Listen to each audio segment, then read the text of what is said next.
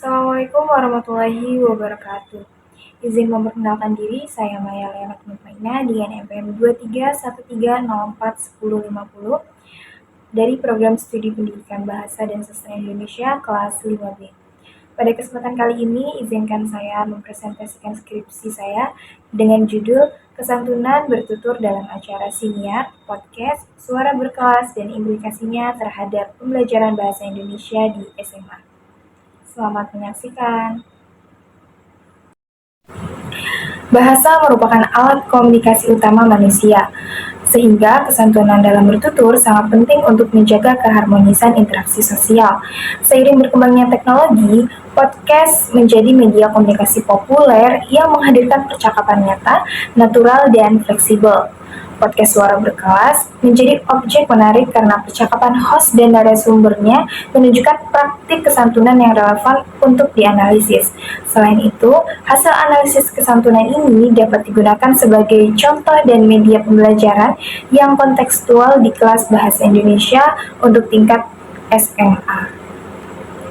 Nah, penelitian ini juga bertujuan untuk mendeskripsikan jenis-jenis maksim kesantunan berbahasa yang digunakan dalam podcast Suara Berkelas berdasarkan teori Leach serta menjelaskan bagaimana penerapan kesantunan tersebut dapat menjadi materi pembelajaran yang mendukung pengembangan kemampuan berbicara, bersikap santun, dan menghargai pendapat dan penelitian ini menggunakan teori prinsip kesantunan Leach yang mencakup 6 maksim, yaitu maksim kebijaksanaan, maksim kedermawanan, maksim pujian, maksim kerendahan hati, dan maksim kesepakatan, dan maksim simpati.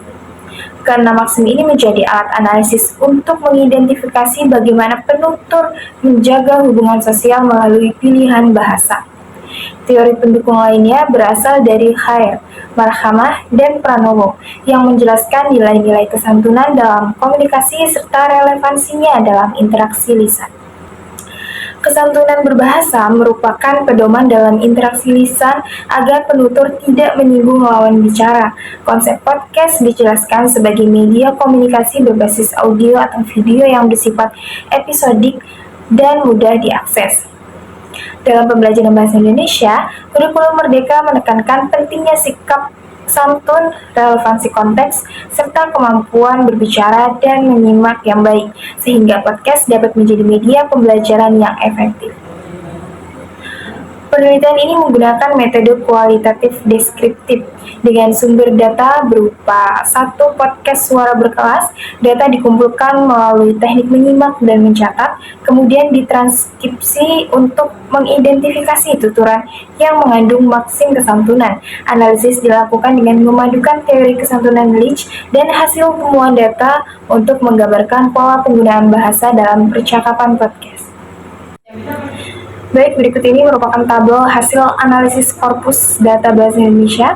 Pada tabel data pertama yaitu termasuk maksim kesepakatan, data kedua termasuk maksim pujian, data ketiga simpati, data keempat maksim simpati, data kelima maksim simpati, data keenam maksim kesepakatan, data ketujuh maksim kerendahan hati, data ke-8 maksim kearifan, data ke-9 maksim kerendahan hati, data 10 maksim pujian, data 11 maksim kerendahan hati, data ke-12 maksim pujian, data ke-13 maksim kearifan, data ke-14 maksim kerendahan hati, dan data ke-15 maksim pujian.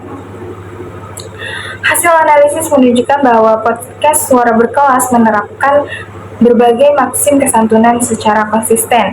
Host dan narasumber menggunakan pujian, persetujuan, ungkapan empati, dan pernyataan rendah hati untuk menjaga suasana percakapan tetap positif dan nyaman.